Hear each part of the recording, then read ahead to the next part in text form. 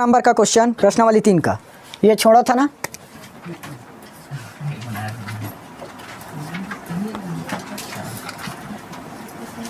Question number 1 क्या बोला है, देखो। यदि 29 पुस्तकों का मूल्य 783 रुपये है तो 2214 रुपये में कितनी पुस्तकें मिलेंगी।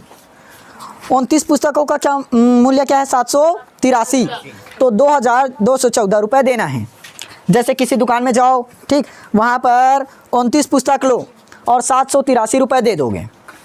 29 पुस्तकों के लिए कितना रुपए दोगे, 783, और हम उसको दिए 2214 रुपये। अब वो हमें कितना पुस्तक देगा ये हमें बताना है। तो ये तो एक विधि है, जो एक नियम पढ़े हैं ना चौथी पाँचवीं में, उससे बन सकता है। लेकिन अभी अनुपातिक नियम से बनाना है, अनुपात समानुपात से। इसका कैसे कर सकते हैं, एक मूल्य का पहले निकाल लो, एक पुस्तक का मूल्य पहले निकालोगे, उसके बाद 2214 में कितना मूल्य मतलब कितना रुपए मिलेगा, कितना पुस्तक मिलेगा वो पता करना है। तो अनुपात विधि से बनाना है ना, इसलिए यहाँ पर एक विधि नहीं लगा सकते। दिया है 729, कितना पुस्तक है, 29 पुस्तक का मूल्य 783, 29 पुस्तकों का मूल्य कितना है, 783, ये हुआ। और 2214 रुपये में कितने पुस्तक मिलेंगे, मतलब पुस्तकों की संख्या, पुस्तकों की संख्या। ये 8वीं क्लास में एक सवाल पढ़े हो, अनुक्रमानुपाती और व्युत्क्रमानुपाती, उससे भी बनता है।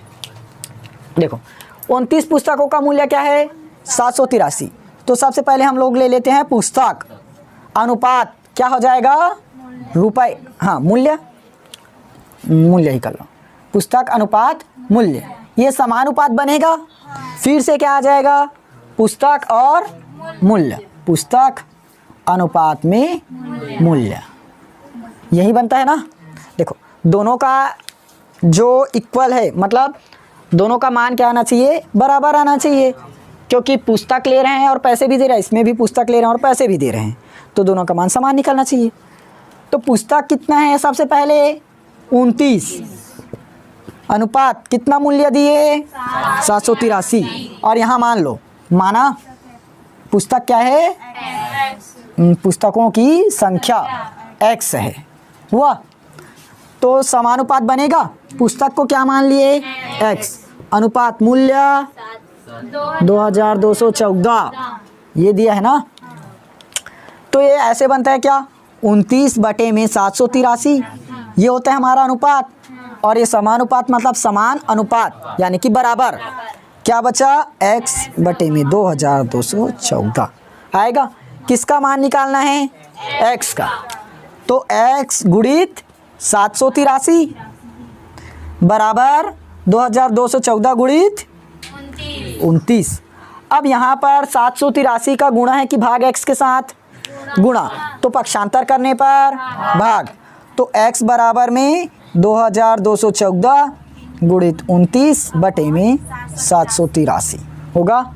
अब इसको भाग करना है, 8 7 15, 15 और 3 18, 2 से कट जाएगा, 3 से कट जाएगा, 8 7 15, 15 और 3 18, 18 3 से भाग जाता है, मतलब पूरा संख्या 3 से भाग जाएगा। और ऊपर वाला 4 1 5, 5 2 7, 7 और 2 9, ये भी 3 से चला जाएगा भाग, काटे, 3 सत्ते 21, 1 बचा, 3 तिया 9, 2 बचा, 3 अट्ठे 24, ये 3 दूनी 6, 1 आया, 3 6 18, 3 एकम 3, 6 2 8 और 1 9, अब भी 3 से चला जाएगा, 7 3 10, 10 8 18, अब भी 3 से जाएगा, तो 3 दूनी 6, 1 बचा, 3 चौक 12, 1 बचा, 3 6 18, 3 अट्ठे 24 और 3 सत्ते 21, गया।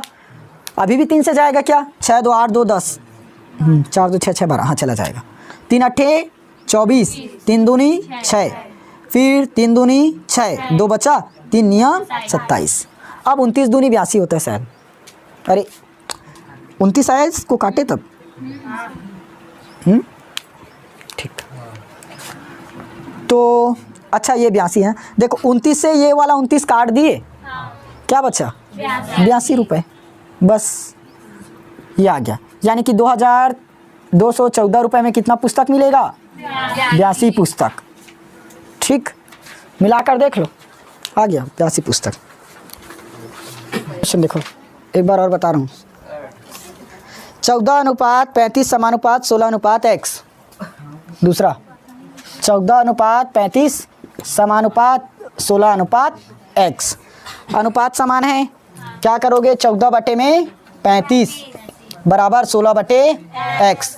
x का मान चाहिए 16 गुणित 35 कर दो और ये 14 को नीचे लेकर आओ, ऐसे ही बनता है ना। काटे, 2 अट्ठे 16, 2 सत्ते 14, 7 पंचे 35, 8 पंचे में 40, बस आ गया। ठीक, अनुपात समान है इसलिए समान बस किए। तीसरा क्वेश्चन, हाँ अब है चतुर्थानुपाती 2xy x square y square. 2xy x square y square का चतुर्थानुपाती, चतुर्थानुपाती ये निकालना है अब। ठीक, चतुर्थानुपाती निकालना है तो कल ही बता दिया था जिस टाइम बेसिक पढ़ाया था। मान लेते हैं, माना चतुर्थानुपाती क्या है? चतुर्थानुपाती x तो दिया है तो x मत मानना, y भी दिया है y भी मत मानना, जो बचा है उसको मान लेना, m मान लेते हैं। चतुर्थानुपाती क्या है? m है।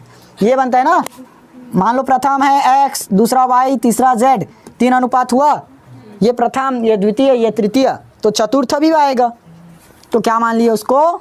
m। निकालें तो 2xy इसको अनुपात में लेकर आओ, x का स्क्वायर समानुपात हो जाएगा y का स्क्वायर अनुपात में m, क्योंकि श्रेणी अब ऐसे बनेगी कुछ 2xy x square y square और m बनता है ना। बनाएं, 2xy पूरे के डिवाइड में x स्क्वायर, y का स्क्वायर पूरे के बटे में m। हमें किसका मान चाहिए? m का, क्योंकि चतुर्थानुपाती वही है, तो m is equal to x square into y का स्क्वायर डिवाइड में 2xy आएगा। यहाँ पर y का स्क्वायर है तो एक y को काट सकते हैं क्या? यहाँ पर x स्क्वायर है, एक वाला x कट सकता है, क्या बचा? xy पूरे के बटे में 2, ये आ गया हमारा। ठीक, संख्याएं 10, 18, 22, 38 में हर एक संख्या में क्या जोड़ा जाए कि समानुपाती हो जाए। समझ आया क्वेश्चन? संख्या क्या दिया? 10, 18, 22, 38। हमें इसमें कोई एक संख्या जोड़ना है, चाहे 2 जोड़ो, 5 जोड़ो, 10 जोड़ो। ये क्या बनना चाहिए? जोड़ने के बाद अनुपात बनना चाहिए, मतलब समान अनुपात बनना चाहिए। समझ आया? संख्याएं ऐसे दिया गया है 10 और 10, 18, 22, 38। इसमें हमें कोई ऐसा वैल्यू जोड़ना पड़ेगा कि वो क्या बने? समान अनुपात में बने। समझ आया? तो अभी पता है क्या कौन सा जोड़े? यदि 2 जोड़ दोगे बदल गया तब, तो एक ही जोड़ लेते हैं। माना क्या किए? x जोड़ने पर क्या होगा? संख्याएं समानुपात होगा, समानुपात होगा। ठीक, तो संख्याएं क्या दिया है? 10, 18, 22 और 38। 10, 18, 22, 38 होगा। अब क्या किया हमने? x जोड़ दिया ना, इसको ऊपर में लिखो। क्या था? 10, 18, 22, 38। हमने क्या किया? इस पर x जोड़ दिया, तो क्या बनेगा? 10 में x जोड़ो, 10 प्लस x, 18 में 18 प्लस x, 22 में जोड़ो 22 प्लस x, 38 में जोड़े 38 प्लस x होगा। अब हमें क्या बनाना है? इसको समान अनुपात, तो 2 को अनुपात रखना पड़ेगा और बीच वाला समानुपात। तो 10 प्लस x अनुपात 18 प्लस x समानुपात 22 प्लस x अनुपात 38 प्लस x। निकालोगे क्या यहाँ से?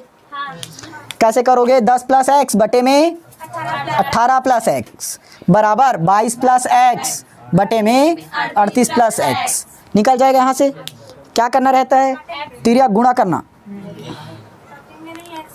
कहाँ से काटोगे? ये तो प्लस में है, इंटू रहता तब कटता है, तो प्लस में है तो सबसे पहले तिर्यक गुणा करना, इधर तिर्यक गुणा करना, फिर x का मान निकल जाएगा। निकालोगे? निकल जाएगा। इतना लिख लो, x का मान निकालना। a और c का मध्य अनुपात क्या है? b है, दिया है। कौन सा नंबर है? 5वां। a और बी का मध्यानुपात ए और सी ना, ए और सी का मध्यानुपात बी है। तो हमें क्या करना है, सिद्ध करना है, सिद्ध करना है, सिद्ध करना है। ए प्लस सी का स्क्वायर है क्या, नहीं, ए स्क्वायर प्लस बी का स्क्वायर अपॉन में A B is equal to A C, A plus C बटे में बी, ए प्लस सी पूरे के बटे में बी, ये है। तो यहाँ से ध्यान देना, ए और सी का मध्यानुपात क्या है, बी है। तो ये हो गया हमारा ए और लास्ट में सी, इसका मध्य में कौन है, बी। तो ये हुआ मध्यानुपात। अब मध्यानुपात बोला है तो अनुपात करना पड़ेगा।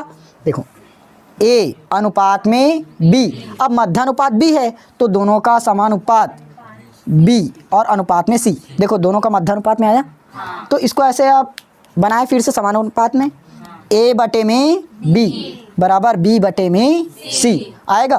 तिर्यक गुणा कर दो तो A C is equal to B का हुआ, तो B square is equal to क्या मिला, ए सी मिल गया।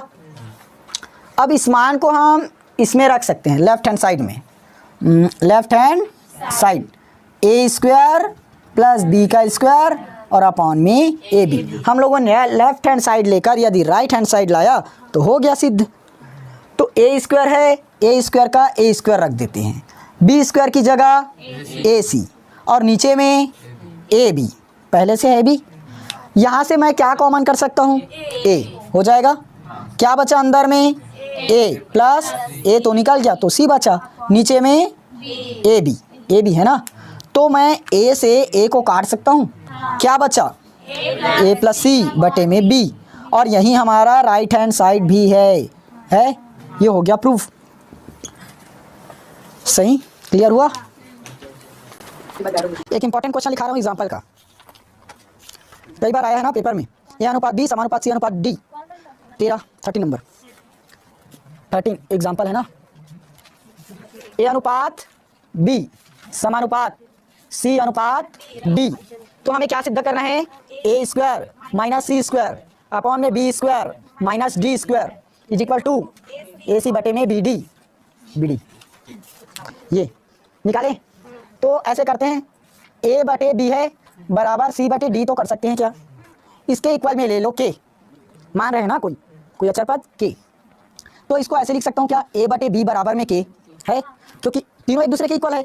वैसे ही सी बटे डी बराबर के हो सकता है, या तो ए बटे बी बराबर सी बटे डी, तीनों ही इक्वल है, किसी के भी बराबर में लो होगा। तो यहाँ से ए का मान क्या निकलेगा, के इंटू बी निकलेगा, सी का मान क्या निकलेगा, के इंटू डी होगा।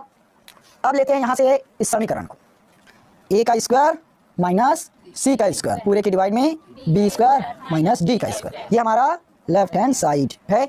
हम इसमें क्या करेंगे, पूरा मान रखेंगे, ए और कौन सा है, सी का मान रखने पर, ए और सी का मान रखने पर रखो।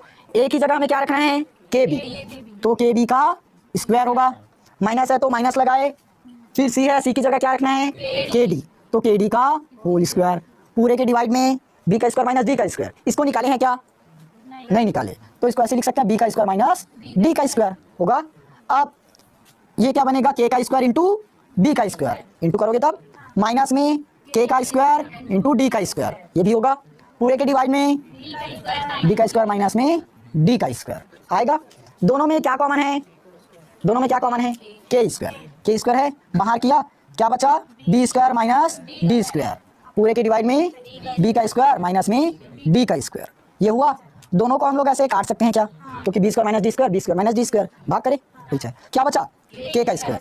इसको मान लीजिए इक्वेशन फर्स्ट। देखो अभी ये वाला निकला क्या, राइट हैंड साइड नहीं निकला, और ये कोई भी तरीके से नहीं निकल सकता क्योंकि यहाँ पर ए सी और बी डी है, तो हम तो निकाल लिए के का स्क्वायर, तो इसमें भी के का स्क्वायर निकाल लेते हैं, दोनों बराबर हो जाएगा।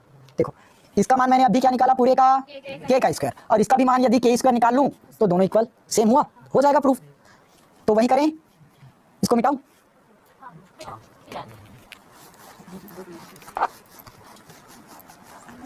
अब क्या लेंगे, राइट हैंड साइड, ये लेफ्ट हैंड साइड वाला है ना। राइट हैंड साइड में क्या है, ए सी बटे में बी डी। ए सी का मान क्या निकाले थे, मतलब ए का मान क्या निकाले हैं, के बी वही है ना, के बी क्योंकि स्क्वायर है तो वही तो होगा। फिर इंटू सी का मान के डी, और इस बार स्क्वायर नहीं होगा क्योंकि यहाँ पर स्क्वायर ही नहीं है। नीचे में क्या है, B D, B into D ये है। तो के इंटू के मतलब के का स्क्वायर और बी इंटू डी, कहाँ स्क्वायर है, बटे में बी डी होगा। तो बी से बी को काट दिए, डी से डी को काट दिए, क्या मिला, के का स्क्वायर, इक्वेशन 2। और यही क्या है हमारा दोनों, देखो समीकरण 1 है बराबर 2, यानी कि लेफ्ट हैंड साइड बराबर क्या ला दिए, राइट हैंड साइड, हो गया प्रूफ। इंपॉर्टेंट क्वेश्चन है। अच्छा क्या बोला गया है, दो संख्याओं 3:5 के अनुपात में है ना, 3:5 के अनुपात में है। प्रत्येक संख्या में 9 घटाया जाए तो 12:23 के अनुपात में हो जाता है। बताइए पहली संख्या क्या है। देखो हमें क्वेश्चन दिया है 3:5 है कोई संख्या, हमने क्या किया, इस पर 9 घटा दिया, क्या किए, 9 घटा दिए, तो क्या बन जाएगा, 12:35 बनेगा। तो पहली संख्या क्या थी वो पता करना है। देखो कोई भी दो संख्या है 3:5 के अनुपात में है, ठीक, 3:5 के अनुपात में है, इस पर हमें घटाना है 9, तब पहली संख्या क्या है वो पता करना है। 23, चलो हो गया, बनाए, मान लेते हैं, माना पहली संख्या क्या है, x, माना पहली संख्या x है, तब देखो 3:5 है तो ये क्या बन जाएगा, 3x/5x। अब प्रश्नानुसार ये क्या बोला है, 9 घटाया जाए, प्रश्नानुसार क्या करना है, इस पर 9 घटाना है, मतलब 9 घटाने पर 3x में 9 घटाया था 3x - 9 हो जाएगा। अनुपात है, अनुपात 5x में 9 घटाया था 5x - 9 होगा, बराबर किसके बराबर बनता है, 12:23 के, ये बनता है ना। देखो दोनों संख्या में यदि हमने 9 घटाया तो वो 12:23 बन जाता है, क्वेश्चन में ही दिया है। 3x - 9, 5x - 9 और 12/23। अब यहाँ से निकालोगे क्या इसको, तिर्यक गुणा करके, 23 का इंटू करना इन दोनों में, 12 का इंटू करना इसमें, पक्षांतर करना, x का मान बस निकालना, निकल जाएगा। फिर आंसर आ जाएगा।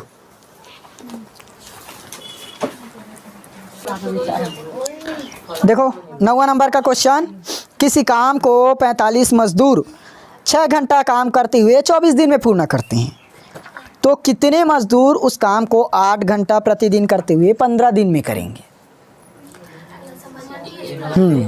देखो क्या बोल रहा है, समझो पहले, 45 मजदूर प्रतिदिन 6 घंटा काम करते हैं, 24 दिन में पूर्ण करते हैं। देखो 45 मजदूर है, एक दिन में कितना घंटा काम किया, 6 घंटा, एक दिन में 6 घंटा, तो कितना दिन लगा इसे पूर्ण करने में, 24 दिन। उसके बाद और देखो कितने मजदूर, अब क्या बोला है, मजदूर 45 ये मजदूर था ना, और ये घंटे और ये वाला दिन। अब कितने मजदूर बोल दिया है, मजदूर को हम लोग क्या मान लिए, x, कितना घंटा काम कर रहा है, देखो 8 घंटे, 8 घंटे, फिर कितना दिन में पूर्ण करेगा, 15 दिन में करेगा। यह है हमारा पूरा सारणी बन गया। अब क्या निकालना है हमें, सिर्फ x का वैल्यू, ये कितना मजदूर लगेगा यहाँ पर ये पता करना है। समझ आया, चल डिटेल में लिखाता हूँ। 9वां नंबर ना दिया है, 45 मजदूर कितना दिन में पूर्ण करते हैं, 6, 24 दिन में, 45 मजदूर 24 दिन में पूर्ण करते हैं। तो देखो एक दिन में कितना घंटा काम कर रहा है, 6 घंटा, तो 24 दिन में कितना घंटा काम करेगा, 24 गुणित 6 करेंगे, क्योंकि 45 मजदूर, 45 हाँ मजदूर 144 आएगा। 45 मजदूर एक दिन में कितना घंटा काम करते हैं, एक दिन में काम करते हैं कितना, 6 घंटे, 6 घंटे, एक दिन में 6 घंटे काम कर रहे हैं, तो 24 दिन में, इसीलिए 24 दिन में 45 मजदूर ही करेंगे ना, मजदूर की संख्या कम नहीं हुआ है या ज़्यादा नहीं हुआ, तो 45 मजदूर 24 दिन में, 24 दिन में काम को करेंगे, क्या हो जाएगा 24 गुणित 6, 144 घंटे निकला। समझ आया ना। अब वैसे ही दूसरा में क्या बोला है, हाँ दिन की संख्या दिया है और घंटे दिया है, तो x मजदूर मान लेते हैं। x मजदूर है, एक दिन में कितना घंटा काम कर रहे हैं, एक दिन में काम करते हैं कितना घंटा, 8 घंटे, एक दिन में 8 घंटे। तो कितना दिन में निकालना है, 15 दिन में, इसलिए x मजदूर ही ना, x मजदूर 15 दिन में कितना घंटा काम करेंगे, 15 गुणित 8, 15 अट्ठे 120 निकल गया। अब अनुक्रमानुपाती और व्युत्क्रमानुपाती दोनों से बना सकते हो, बट यहाँ पर हमें अनुपात समानुपात से बनाना है, थोड़ा सा बस चेंज रहेगा, देखना। इसको मिटा दूँ, चलो इस पर लिखते हैं इधर मजदूर और इधर समय, घंटे में ना, घंटे में लिए बनाओ सारणी, ये बनता है ना ऐसी सारणी। देखो मजदूर, सबसे पहले कितना मजदूर है, देखो 45 मजदूर, 45 मजदूर है, कितना घंटा लगा, 144 घंटे हुआ। फिर मजदूर कितना है, x, उसको कितना घंटा लगा, 120 घंटे आया। तो अब हमें क्या निकालना पड़ेगा, मजदूर अनुपात समय, मतलब घंटे में ना, समय ही कर लो, घंटा मत, मजदूर अनुपात समय, समानुपात मजदूर अनुपात समय आएगा। क्या होगा, देखो 45 मजदूर है तो क्या लगा, 144 घंटे। अब हमने क्या किया, समय को कम कर दिया, तो मजदूर की संख्या बढ़ानी पड़ेगी। तो विचरण क्या हुआ, अगर हम लोगों ने ऊपर वाला मतलब नीचे वाला क्या कर रहे हैं, घटा रहे हैं, तो ऊपर वाला क्या हो रहा है, बढ़ रहा है। नीचे वाला घटा रहा है तो ऊपर वाला बढ़ रहा है, तो विचरण क्या बना, विचरण क्या है, व्युत्क्रमानुपाती है। व्युत्क्रमानुपाती मतलब जो एक घटता है और एक बढ़ता है ना, और अनुक्रमानुपाती मतलब दोनों बढ़ेगा। तो इसीलिए क्या होगा, फॉर्मूला है x1 y1 बराबर में x2 y2। ये है x1 का मान, ये x1, ये वाला x2, ये y1 और ये y2। इसको ले लिए x से और इसको y से, तो x1 का मान 45, y1 का मान 144, x2 का मान x, y2 का मान 120। तो 45 गुणित 144 पूरे के बटे में क्या आ जाएगा, 120 आएगा। अब काटते हैं इसको, किसे काटेगा, क्या हुआ था, 45 गुणित 120 पूरे के बटे में, अरे 45 गुणित 144 पूरे के बटे में 120 आएगा। काटे 12 दहाम 120 और इसको काटे 12 एकम 12 दो बचा, 12 दूनी 24 आ गया। 5 दूनी 10, 5 निया 45, 5 निया 45 और 2 छः 12, 6 निया 54।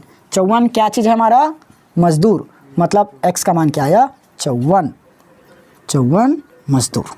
ठीक, ये ऐसे अगर बनाना चाहे ना अनुपात वाले में, तो ये लेना पड़ेगा x y और ये हुआ y1। अब अनुपात वाले में यदि बनाना चाहे, क्योंकि अनुपात का क्वेश्चन है, तो ये x1 फिर x2 को नीचे लेकर आ जाओ, या तो y2 को लेकर आओ, x1 बटे में y2 बराबर इधर क्या बचा, x2 y1 को लेकर चलो, ये होगा। तो x1 क्या चीज़ है हमारा, देखो मजदूर, x1 क्या है, मजदूर, अनुपात किए। y2 क्या चीज़ है, समय, y2 समय, समानुपात। x2 क्या है, मजदूर, फिर अनुपात y1 क्या है, समय, y1 समय। ये वाला फॉर्मूला यूज़ कर सकते हैं। व्युत्क्रमानुपाती के लिए डायरेक्ट ये लगाना, तब पता चल सकते हैं, नहीं तो ये लगाए ना तो गलत हो जाएगा। यदि 30 आदमी किसी काम को 6 घंटा करते हुए 15 दिन में पूर्ण करते हैं, अब 20 आदमी कितने घंटे प्रतिदिन काम करके 15 दिन में पूर्ण करेंगे, ये दिया है ना। देखो क्या बोला गया है, 30 आदमी हैं, एक दिन में 6 घंटा करते हैं, 15 दिन में पूर्ण करते हैं। उसी काम को 20 आदमी करेंगे 15 दिन में कंप्लीट, लेकिन कितने घंटे में करेंगे ये पता करना है। तो निकालें, सबसे पहले 15 दिन में पूर्ण करते हैं। 30 आदमी बोला है, 30 आदमी एक दिन में कितना घंटा काम करते हैं? एक दिन में काम करते हैं। एक दिन मतलब प्रतिदिन ना, हर दिन कर रहा है वो। एक दिन मतलब प्रतिदिन। कितना दिन कर रहा है वो प्रतिदिन? 15 दिन कर रहा है। तो कितना घंटा काम कर रहा है एक दिन में? एक दिन में 6 घंटे। 6 घंटे होगा। फिर उसके बाद 15 दिन में पूर्ण करते हैं। तो 30 आदमी, अभी तो एक दिन का निकाले, अब 15 दिन का निकालोगे। एक दिन में 6 घंटा, तो 15 दिन में कितना घंटा होगा? 15 गुणित 6 नहीं होगा, 15 छक्के 90 घंटे। ठीक, समझ आया? एक दिन में कितना घंटा किए? 6 घंटा। तो 15 दिन में 90 घंटा। मान लो मैं पूछा एक दिन में तुम लोग 3 घंटा पढ़ते हो, तो 15 दिन में कितना घंटा पढ़ोगे? 45 घंटा पढ़ोगे ना। एक दिन में 3 घंटा पढ़ रहे हो, तो 15 दिन में 45 घंटा। सेम वैसे ही हुआ, एक दिन में 6 घंटा कर रहे हैं, तो 15 दिन में 90 घंटा आया। चलो अब दूसरा क्या बोला है? दूसरा कंडीशन, उसी काम को 20 आदमी कितने घंटे काम करते हुए 15 दिन में पूर्ण करेंगे। कितने घंटे बोला है, तो मान लेते हैं, माना x घंटे, मतलब माना समय क्या है? x घंटे है, x घंटे है। तो 20 आदमी हैं, 20 आदमी एक दिन में कितना घंटा काम कर रहे हैं? एक दिन में x घंटा, एक दिन में x घंटा काम कर रहे हैं। तो आप कितना दिन काम कर रहे हैं? देखो ना, 15 दिन। इसीलिए 15 दिन में 30 आदमी ही ना, लिख लेना यहाँ पर 20 आदमी 15 दिन में अब कितना घंटा काम करेगा? 15x, क्योंकि 15 गुणित x हो जाएगा, 15x घंटे।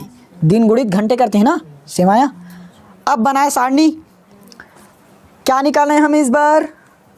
हाँ, इस बार मजदूर नहीं निकालना है, इस बार घंटे निकालने हैं। मजदूर और समय किस में निकालना है हमें? समय घंटे में। अगर दिन दिया रहेगा तो दिनों में निकालोगे। इसके पहले क्वेश्चन में दिन बोला है ना 10वें में, याद रखना, उसमें घंटा नहीं निकालना। इंटू करोगे, लेकिन लास्ट में उसको दिन में कन्वर्ट करोगे ना समय को।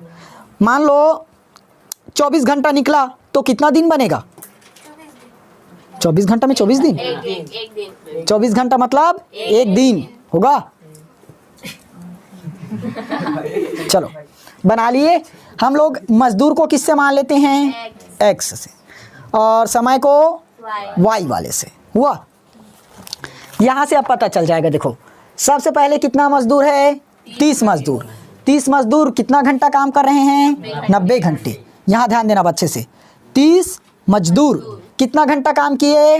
90 घंटा। तो 30 मजदूर, घंटा तो यहाँ है, कितना घंटा हुआ? 90 घंटा। फिर 20 मजदूर, अब मजदूर कितना हुआ? 20। अब मजदूर कितना है? 20। कितना घंटा काम किया? 15x।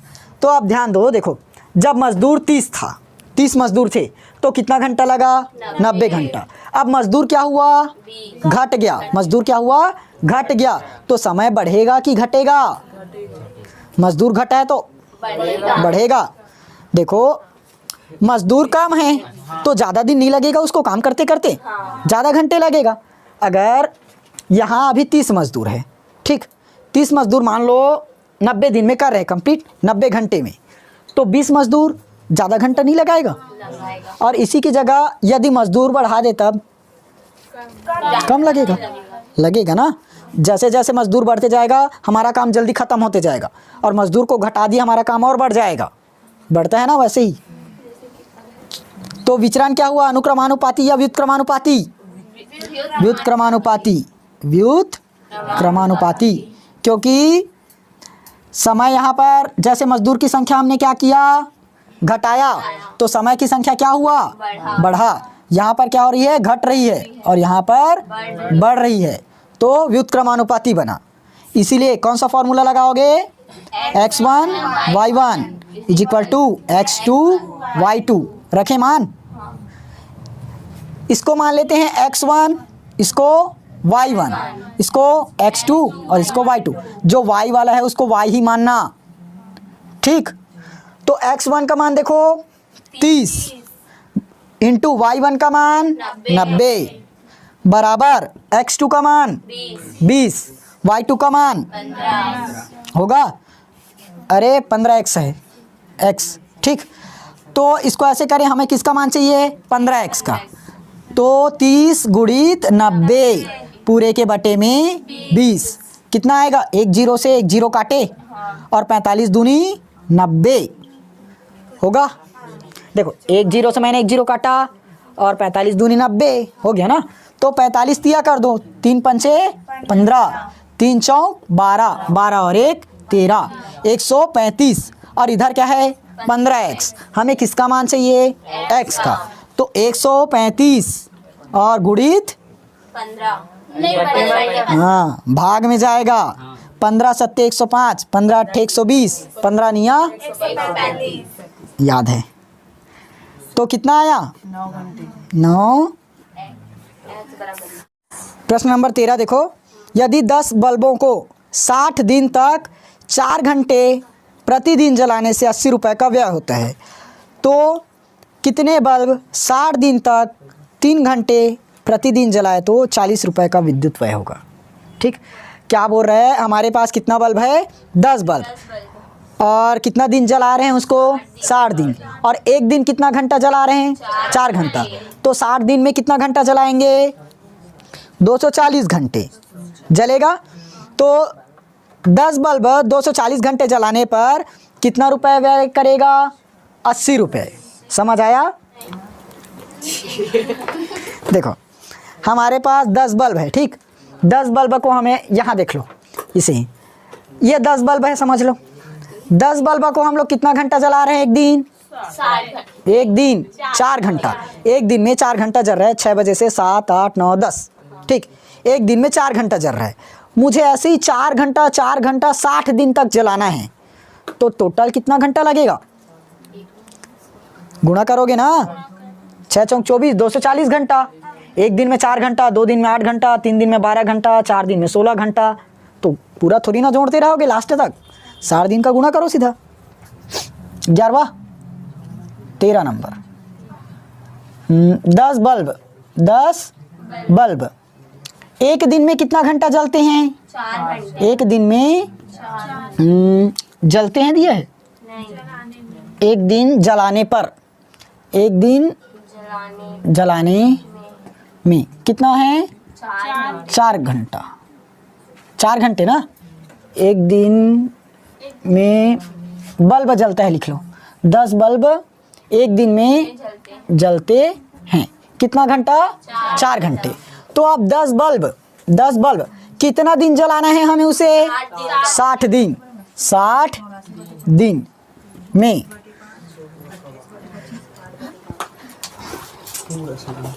समझे ना, 10 बल्ब अब 60 दिन जलेगा तो कितना घंटा, देखो एक दिन में 4 घंटे, एक दिन में 4 घंटे, ऐसे मानो एक दिन में 4 घंटा होता है, तो 60 दिन में कितना घंटा होगा, 240 घंटा।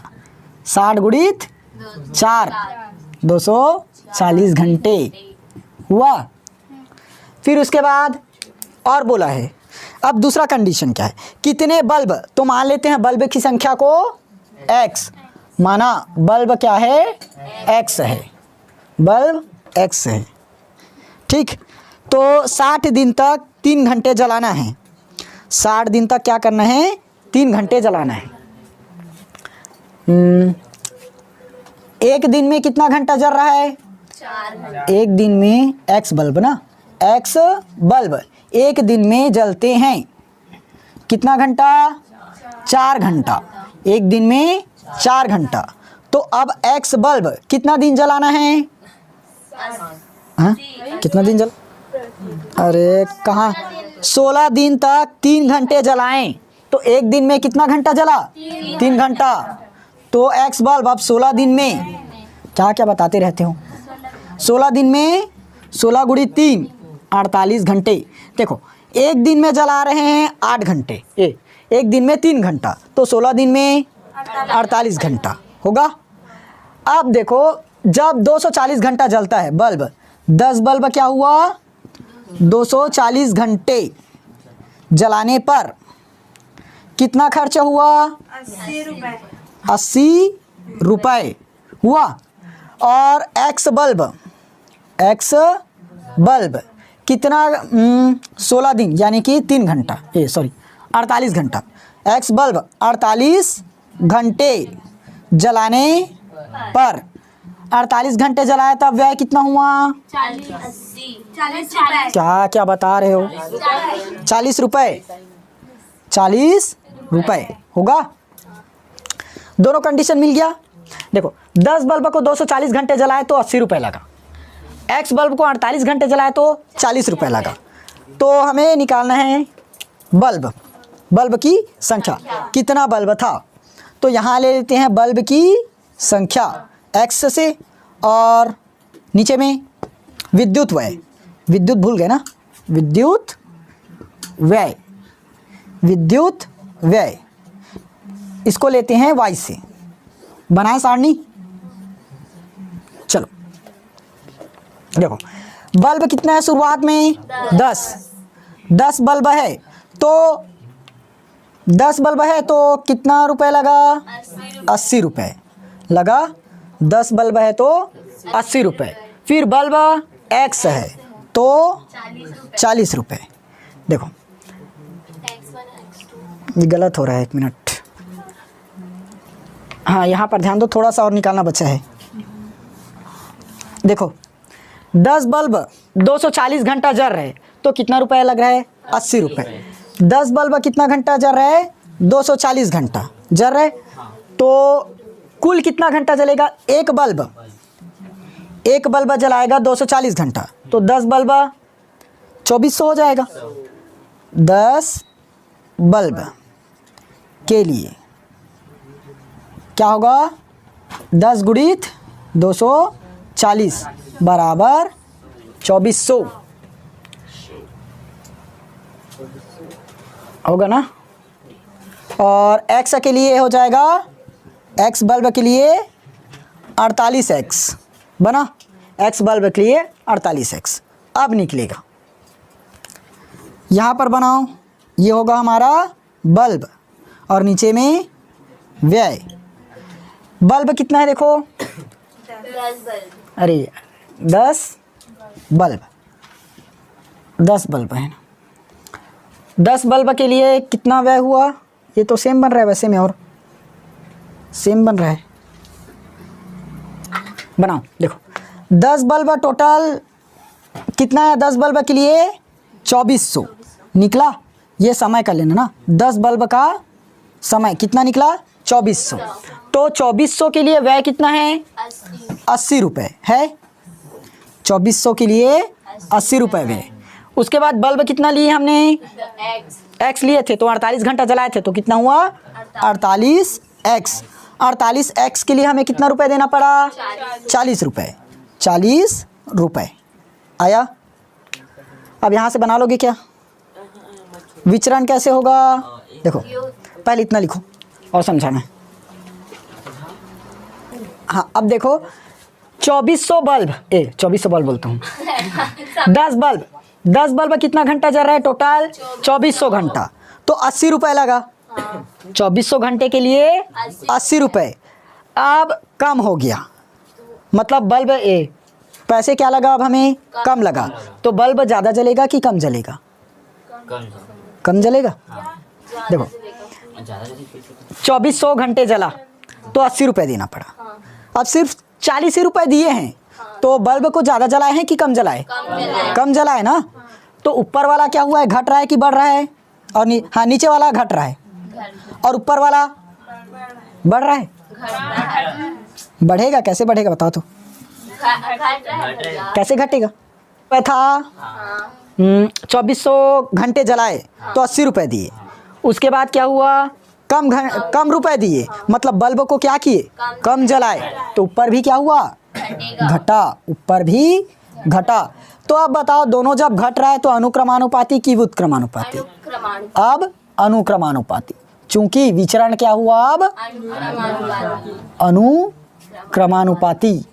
तो कौन सा लगाओगे, x1 बटे y1 x2 बटे y2 होगा।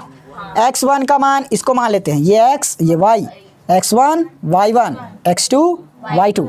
x1 बराबर 2400, y1 x2 x1 y1 y2 40। एक जीरो से एक जीरो ऐसे ही काट दे, क्या कटता है ना। और 4 एकम 4, 4 दूनी 8, ऐसे भी काटते हैं क्योंकि इधर आकर इंटू होगा। तो 2400 बटे में 2 बराबर क्या बचा, 48x आया। 48 का गुणा है, इधर आकर भाग, तो 2400 बटे 2 गुणित 48 बटे 1 का 1 बटे 48 हो जाएगा, इधर आकर होगा।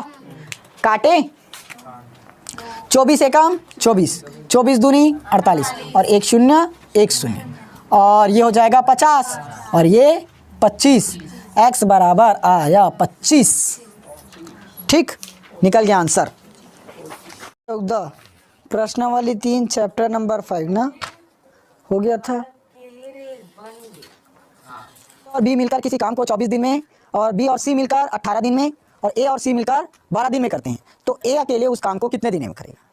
समझ आया? देखो हमें 3 जोड़ी दे दिया है, 3 टुकड़े में दिया है। ए और बी कर रहा है कितने दिन में? 24 दिन में।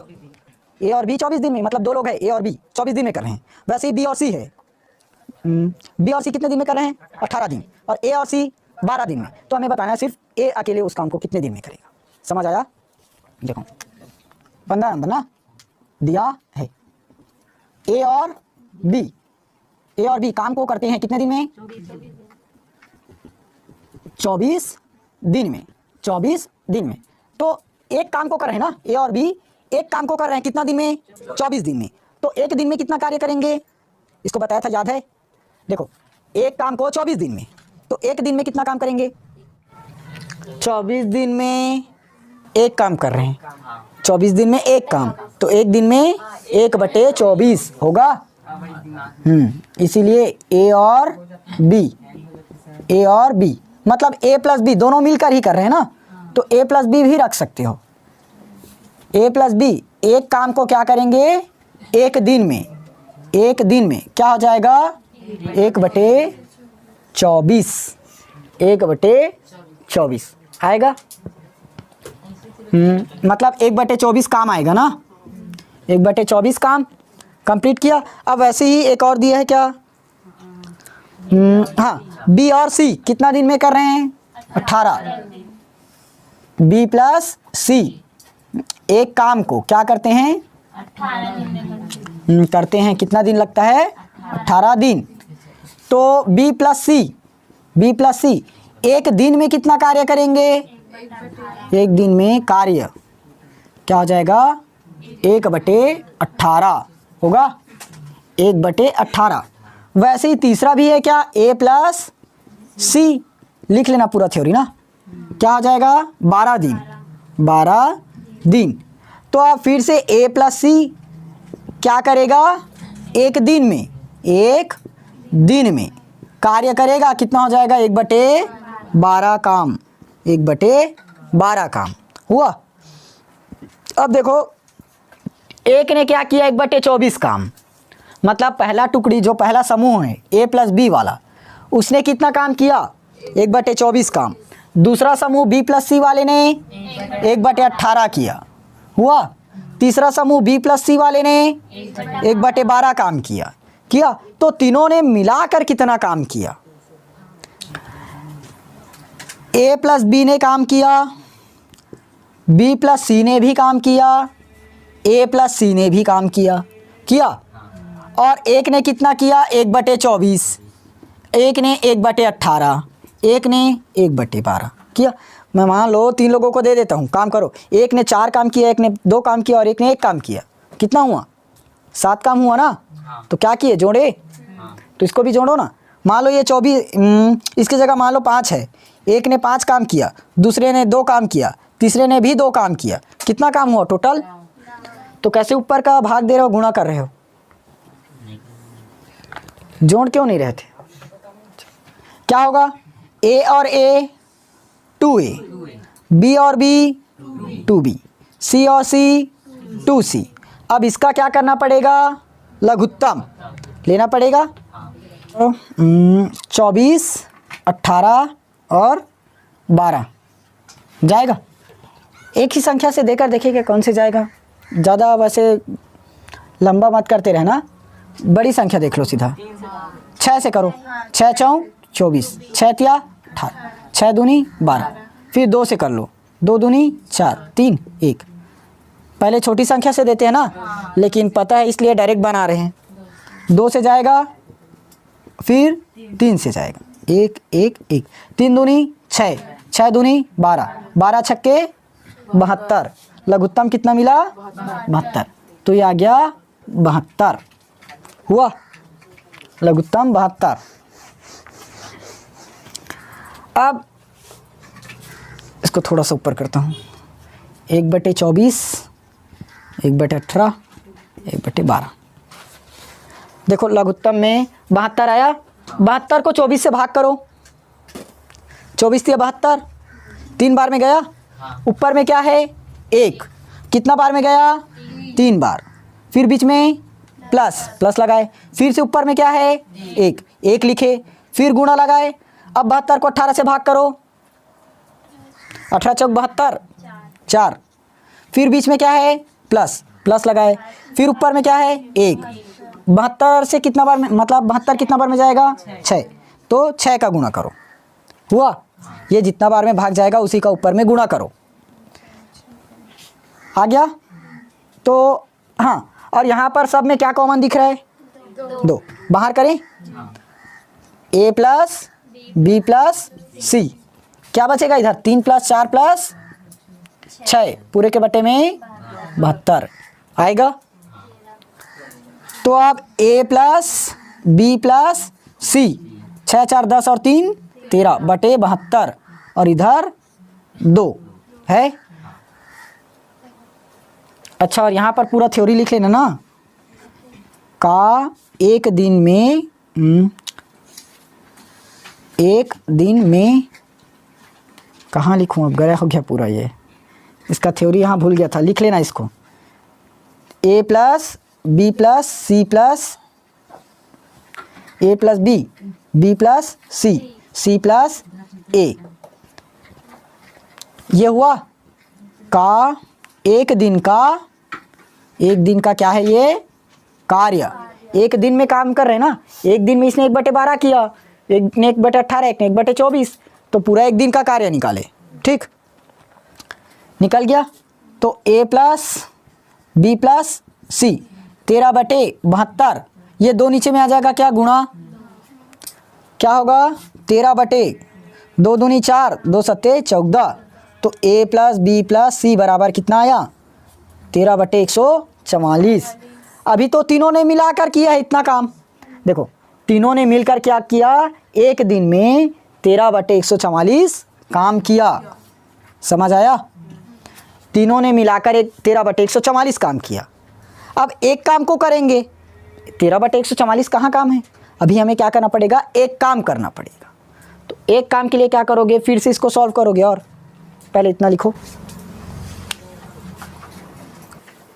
देखो, अभी क्या निकाले थे? a प्लस बी प्लस सी, तीनों का एक दिन का कार्य, यही निकला था। 13/144 आया था ना। तीनों क्या किए हैं? एक दिन में 13/144 काम किए हैं। हमें क्वेश्चन में क्या बोला है? ए उस कार्य को कितने दिन में करेगा बोला है। तो आप देखो, a प्लस बी ने कितना किया था? 1/24। बी प्लस सी ने 1/18। ए प्लस सी ने 1/12, ये इतना किया है ना तीनों ने। लेकिन हमें क्या निकालना है? ए बस का, इस अकेले का। तो ए तो वैसे में दोनों में है, दोनों में आया, तो किसका निकालोगे? देखो पूरे में से इस वाले को माइनस कर देना, क्योंकि ए तो दोनों में कॉमन है, इसको नहीं कर सकते। हमें किसका चाहिए? सिर्फ ए बस का चाहिए। ए किस में नहीं है? बी प्लस सी वाले में, इसी बस में नहीं है, तो इसमें से पूरा माइनस कर देंगे तो हमारा ए का काम निकल जाएगा। ए प्लस बी प्लस सी का एक दिन का कार्य, एक दिन का कार्य माइनस करोगे किसको? बी प्लस सी, मतलब बी प्लस सी का एक दिन का कार्य, एक दिन का कार्य। तो ये किसके कार्य के बराबर आएगा? किसके कार्य के बराबर आएगा? ए का। इसको सॉल्व करेंगे तो किसके बराबर निकलेगा? ए का। ए का एक दिन का कार्य, ए का एक दिन का कार्य। समझ आया? तो ए प्लस बी प्लस सी माइनस करना है किसको? बी प्लस सी को, तो ए का कार्य निकलेगा। तो पूरे का कार्य देखो ए प्लस बी प्लस सी वाले का 13/144 है, माइनस बी प्लस सी वाले का कितना है?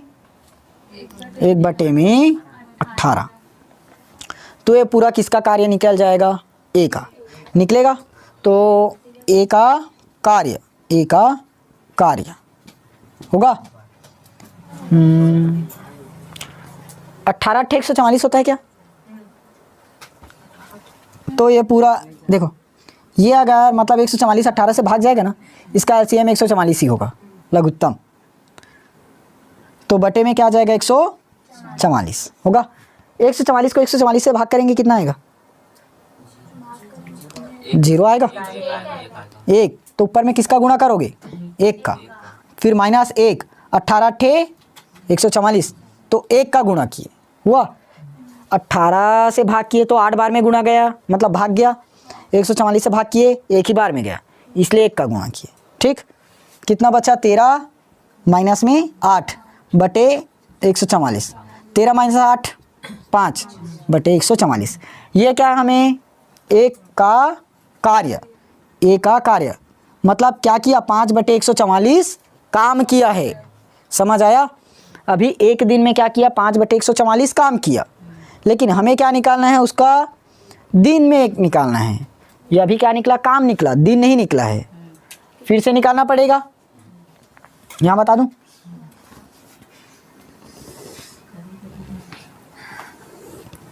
आ जाएगा इतने में। देखो ए द्वारा कितना कार्य किया गया? ए द्वारा कार्य कितना दिन में? एक दिन में। कितना किया? 5/144 किया। अभी एक दिन में 5/144 काम किया है, काम है। तो अब उसको कितना काम करना है? 5/144 तो नहीं करना है, एक काम करना है उसको। तो ए द्वारा एक काम करने में समय क्या कर दोगे? 144 बटे में 5 पलटता है ना, जस्ट उल्टा इसको ऐसे लिखेंगे ना, 1/5/144, जैसे ऊपर में किए हैं 1/24 वाला, तो वैसे ये क्या हो जाएगा? 1/5/144। देखो यहाँ पर डायरेक्ट 24 दिया था, इसलिए 1/24 किए। इस बार हमें 24 की जगह क्या दिया है? 5/144, तो 1 इसको लिखना पड़ा। तो क्या होगा? 144 ऊपर जाएगा और 5 नीचे आएगा। भाग करोगे 144 को 5 से, 5 दूनी 10, कितना बचा? 4, और 5 अट्ठे 40 आएगा ना? कितना बचा? 4 हुआ। तो कितना दिन लगा? इसको लिखने के लिए बताया था, याद है? 5 नीचे में ही रहेगा और भागफल 4 क्या है हमारा? शेषफल। तो शेषफल को ऊपर में नहीं लिखते। और 28 इधर हुआ, तो कितना दिन लगा? 28 दिन 4/5। ठीक, समझ आया कैसे निकाले? ये आ गया। इतना समय लगा, 28 दिन लगेगा उसको। 19 देखो, 2 नल एक टंकी को पूरा भरने में 6 घंटे का समय अच्छा हाँ ये हाँ याद रखना, नल और टंकी वाला क्वेश्चन ना इम्पोर्टेंट है एकदम, सिर्फ बोर्ड एग्ज़ाम में ही नहीं बल्कि कॉम्पिटिटिव एग्ज़ाम में भी आता है। 2 नल एक टंकी को पूरा भरने में 6 घंटा का समय लेते हैं। यदि एक नल को खोलने पर 10 घंटे पूरा भर लेता है, यदि एक नल को खोलने पर क्या करता है? 10 घंटे में पूरा भर लेता है, तो केवल दूसरा नल खोलने पर कितने घंटे में भर लेगा? कितना घंटे में भर लेगा? देखो क्या बोला गया है, हमारे पास 2 नल है ना, मान लेते हैं नल ए और बी है, ए और बी नल है, दोनों मिलकर कितना घंटे में भरते हैं? 6 घंटे में, 6 घंटे में भर लेते हैं। और एक नल को खोलने पर क्या भरता है? वो 10 घंटे में भरता है, तो दूसरा नल खोलने पर कितना घंटे में भरेगा ये बताना है। समझो पहले, देखो मान लो ये एक टंकी हो गया, टंकी हुआ, यहाँ तक हमें पूरा पानी भरना है, तो ए और बी दोनों मिलकर कितना घंटा में भर रहे हैं? 6 घंटे, दोनों मिलकर 6 घंटे में भर रहे हैं। और सिर्फ यदि अब ए बस भरा, यानी कि सिर्फ ए नल बस को चालू करें, बी को बंद कर दें, तो ये कितना घंटा में भरेगा? 10 घंटे। तो हमें ये पता करना है कि हम इसको चालू करें, मतलब ए को बंद कर दें और बी को चालू करें, तब कितना घंटा लगेगा। ठीक, समझ आया? तो इसको तो एकदम सिंपल सा समझ सकते हो। चलो बनाते हैं, सरल क्वेश्चन है। 2 नल क्या कर रहे हैं? एक टंकी को पूरा भरने में 6 घंटे का समय ले रहे हैं। 19 नंबर ना, मान लेते हैं, माना ए और बी टंकी को भरते हैं, टंकी को भरते हैं कितना घंटे में? 6 घंटे में, 6 घंटे में भर रहे हैं। तो अब हमें क्या करना है? इसको 1 घंटे में भरना है। 1 घंटे में भरेगा, 1 घंटे में कितना भरेगा? 1/6 भाग, टंकी का 1/6 हिस्सा भर जाएगा। ठीक, उसके बाद क्या बोला है? एक नल को खोलने पर 10 घंटे में भरता है, मतलब ए को खोलने पर क्या हो रहा है? ए को खोलने पर मतलब ए नल जो है कितना घंटा में भरता है? खोलने पर टंकी भरती है, टंकी भरती है कितना घंटा? 10 घंटा। तो अब ये कितना 1 घंटे में कितना भर लेगा? 1 घंटे में 1/10। ठीक, अब हमें क्या निकालना है कि बी उसको कितना घंटे में भरता है। बी कितना, वही बोला ना, बी कितना घंटे में भरता है, कितना घंटे में भरता है, मतलब पूरे टंकी को कितना घंटे में भरेगा ये पता करना है।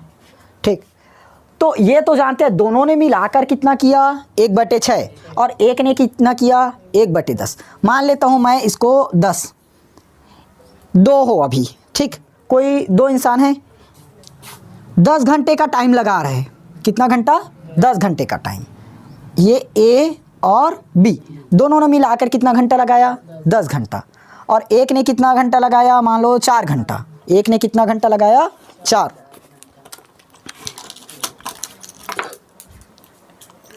ठीक, अब ए ने 4 घंटा लगाया है, तो जो बचा है वो कितना घंटा लगाएगा? 6 घंटा बचा ना।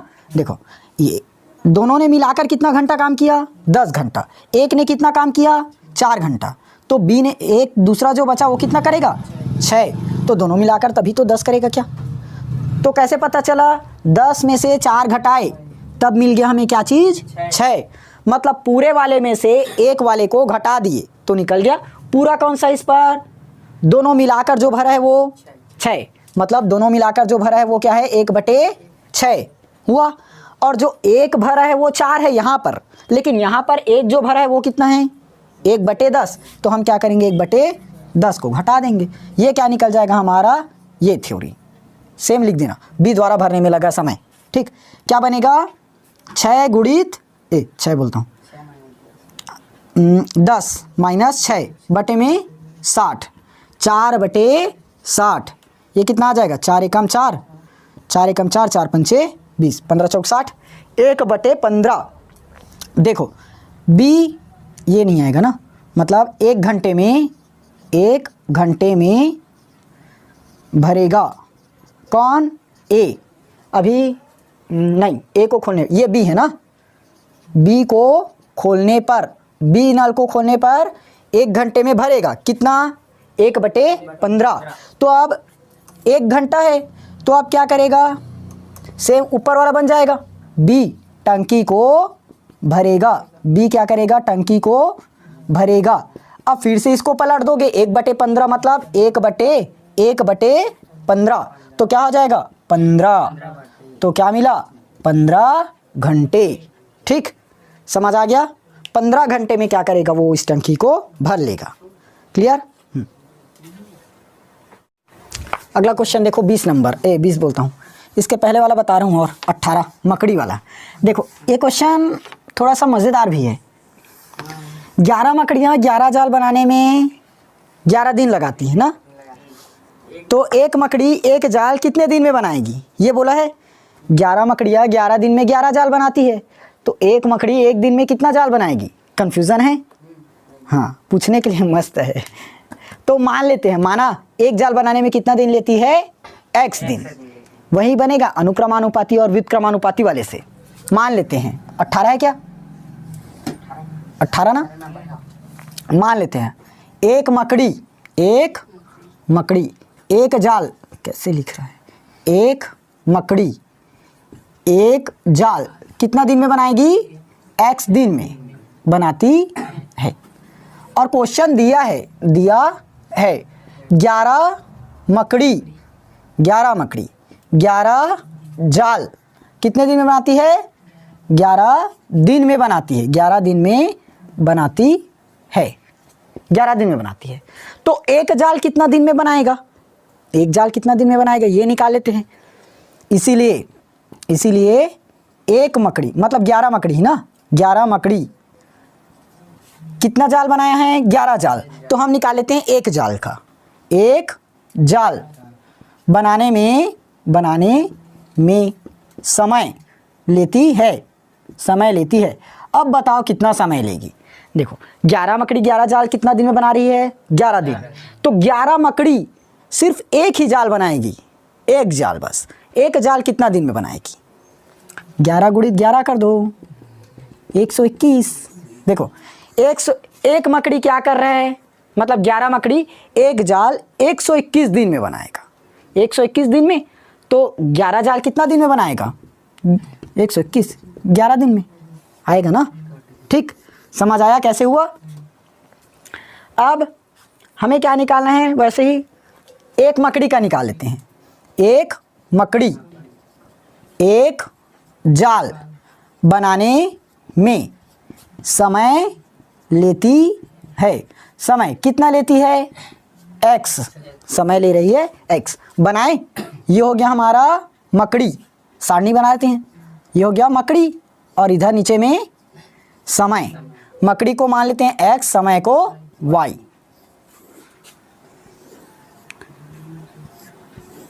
ये लो बन गया। देखो 11 मकड़ी था, कितना समय लिया एक जाल बनाने में? देखो 11 मकड़ी एक जाल बनाने में कितना समय लिया? 121 दिन लिया ना। अब एक मकड़ी, हाँ इसको कन्वर्ट क्यों किए? 11 मकड़ी एक जाल बनाने में समय लेती है, क्योंकि हमें क्या बोला है? एक मकड़ी एक जाल दिया है, ठीक, इसलिए कन्वर्ट किए। या तो इसको हाँ और कुछ में नहीं कर सकते ना, क्योंकि मकड़ी को थोड़ी ना कन्वर्ट करोगे, क्योंकि मकड़ी इसमें 11 मकड़ी है और इसमें एक ही मकड़ी है, तो एक मकड़ी निकालना पड़ेगा।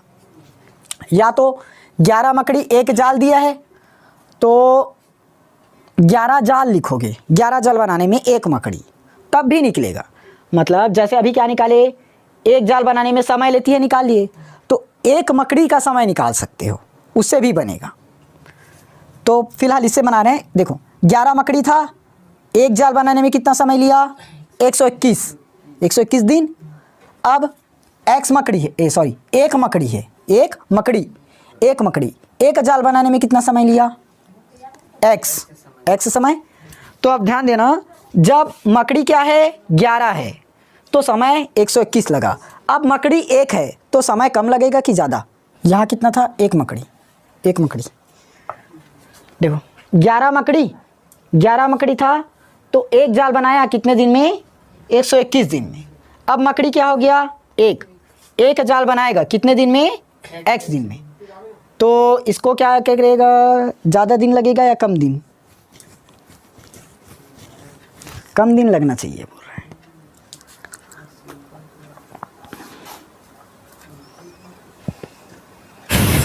ग्यारह मकड़ी एक ही जाल बनाएगी तो 121 दिन लगा। ये समय दिन में लो ना, समय किस में है? दिन में।